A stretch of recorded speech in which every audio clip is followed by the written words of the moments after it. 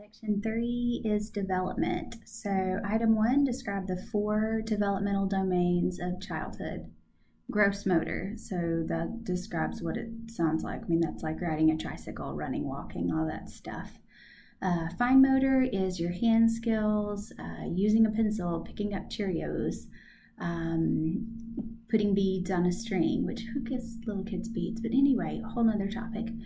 Language skills, that's your talking and your listening skills. Social development, your interaction, that's where your autism screening and things is going to factor in. Okay, next up, we need to know the critical developmental milestones in infant, toddler, school age, and describe how these are evaluated in the office setting. So they're evaluated by play. So oftentimes I will give them a toy and see if they pass it back and forth to hands. I'll blow raspberries and make sounds and interact with the kids in the setting of my office. I'll have them draw pictures or scribble on the exam paper to help figure out where they are developmentally if I have concerns. We also use the ASQ. You heard me mention that in the other module. That's the Ages and Stages questionnaire for a brief developmental screening. We use the MCHAT for the autism screening. Okay, so let's talk specifically about developmental milestones. I know we talked a little bit about this when you were in the neuro block. So let's we're going to go by ages. So 2-month-old is going to start to look at people, right? They can see boob to face. They're breastfeeding, so boob to face. That's as far as they can see. They're going to begin to smile. They're going to begin to try to look at their parent. Language skills, they're going to be able to start to coo and make gurgling sounds. Cognitively, they're going to start to notice things around them. They're going to start to look at bright lights, not the sun. Do not stare at the sun. But they're going to start to look at bright lights.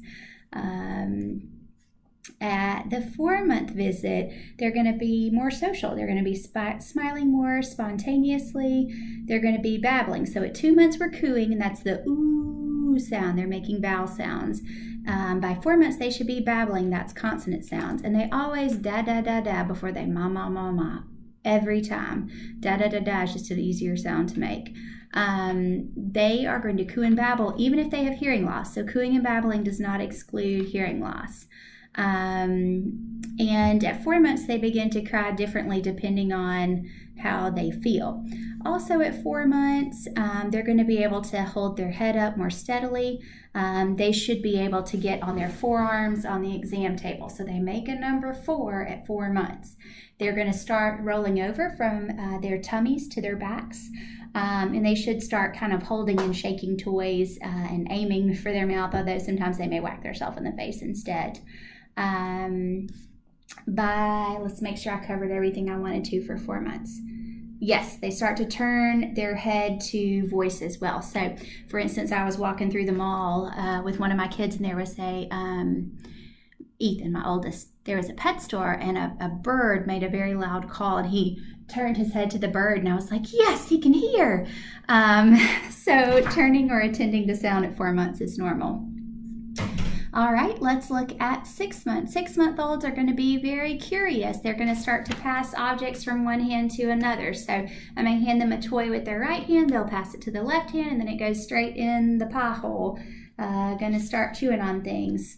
By that age, they should be rolling over in both directions, and they should begin sitting without support. Now that can be in that tripod position. It's hard to show you on this video, but they can be sitting down with their legs spread apart and their hands down between their legs, kind of like this. It's hard to see, sorry. Ooh, look at my awesome Donald Duck leggings while you're down there. They're fabulous. So legs spread apart, hands between their legs in that tripoding position is appropriate. They need to sit 3 seconds unsupported at that 6-month visit. Okay? Let's see, what else do I want to tell you at 6 months? I believe that is everything. At the 9-month visit, somewhere between 9 and 18 months, that stranger danger starts. 9 months is a little early, but at 9 months, they may be beginning to get a little bit clingy. They're going to be making a lot of different sounds at this point in time, but a lot of times those sounds don't really mean anything. So they're going to be mama, mama, da, da, da, da, but a lot of times those sounds don't really mean anything. They're going to be starting to use their fingers to point to their wants, although that's not required until 15 months. They should be pulling to stand, playing peekaboo by 9 months of life. So definitely getting more social, wanting more of that social interaction with their parents and loved ones. They should be cruising around as well. Now, they've had their birthday, their 1-month birthday. They don't want anybody but mama and daddy at their birthday party, and everybody's sad because they want to play pass the baby around. They have their favorite people and their favorite things. They also, at 9 months, had that immature grasp, immature raking grasp. By 12 months, they should have a more mature pincer grasp. Often it's still 2 fingers at that 12 months, so they pick things up like this. And by 15 months, it really is a truly mature pincer grasp. But definitely more mature at 12 months than we were at 9 months with that raking grasp. At 12 months, they should definitely be pointing to objects, and they should be standing and cruising and starting to walk. All right, 15 months. At 15 months, they should do what we call stoop and recover. So they should be able to squat down and stand back up. They should be starting to scribble and stack 2 blocks. They should begin to say some words. So at 15 months, they really should have 3 good words in their vocabulary other than mama and dada. Okay, so cup, ball, dog, whatever. 3 words other than mama, dada. By 18 months, they should, or 15 months, don't forget pointing. Pointing at 15 months, shared experiences. If they're afraid of something, they should be looking to mom's face for reassurance. They should be bringing mom toys to play with. They should be very interactive with their parents. 18 months, they should be running, often running. They should be walking really well by then. Tower of 3 blocks by 18 months. They should be pointing to body parts and be imitating household chores. They want to vacuum like mom does or dad does. They want to dust. They want to help dad load the dishwasher, whatever. At this point in time, they should have 5 to 10 words at 18 months. I think the developmental screening says 8, but 5 to 10 for sure. At 24 months, they should start throwing a ball. Those 2-year-olds like to throw tantrums and balls. That's how you can remember it. 2-year-olds throw tantrums and balls. They should be putting 2 words together. My cup, want juice, go outside, whatever. 2 words together. And they should have at least 50 words by 2 years. At 3 years, they should start pedaling a tricycle. 3 wheels, 3 years. They should have 3-word sentences. And you should be able to understand 75% of their language, 3/4, right? So at 2, 2/4, 50%, 3, 3/4, at 4, 4/4. So 25% of their language, 50%, 75%. And this is a stranger. I don't count as a stranger because I work with kids all day long. I understand what they say, sometimes even when their parents don't. So I don't count. By 4, they should be able to hop. They should be playing well with other children. That really starts to emerge at 3. I don't expect 2-year-olds to play together. By 3, they should at least be playing beside each other. They may not play with each other, but beside each other. But by 4, they need to be playing well together. By 5, they need to be skipping, and they need to be telling eloquent stories about whatever their day has been like. I want to show you this.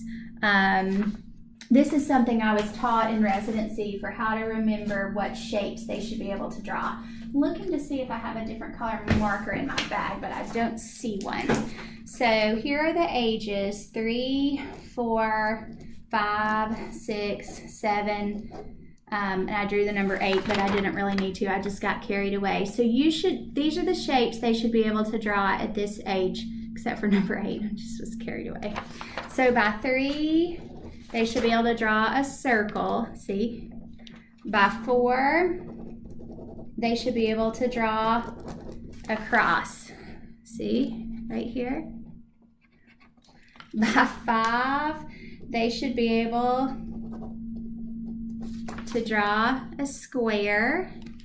By 6, they should be able to draw a triangle. And by 7, they should be able to draw a diamond, okay? Circle, cross, square, triangle, diamond. Does Dr. Anglin know her shapes? That's the question. All right, so there you go. That's your basic how to draw your shapes lesson for today. All right, so there we have it, a brief developmental milestone. I do not promise that's everything that you need to know. Okay, describe how abnormal findings on developmental screening tools would suggest a diagnosis of developmental delay, autism, pervasive developmental delay, or mental retardation. Well, I mean, this is why we use screening tools, right? So the ASQ has a past region, a region of concern, and then a definitely delayed region. We use those screening tools to help us assess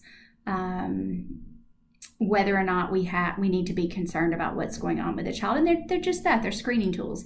If the screening tool is positive, we need to ask more questions. And sometimes, honestly, if the screening tool is negative, we need to ask more questions. If the screening tool, the mom picked a perfect score on the whole screening tool, the mom didn't pay attention when she was figuring it out, okay? Nobody's kid gets a perfect score on a screening tool unless they're not doing the proper age or they didn't pay attention. So, we really have to do a little bit more digging based on those developmental screening tools. But they are the best way we have right now to screen. I don't have a developmental pediatrician in my office to make these decisions. In fact, there's only 2 in the whole state of Alabama. So there you have it. That is the developmental section in a nutshell.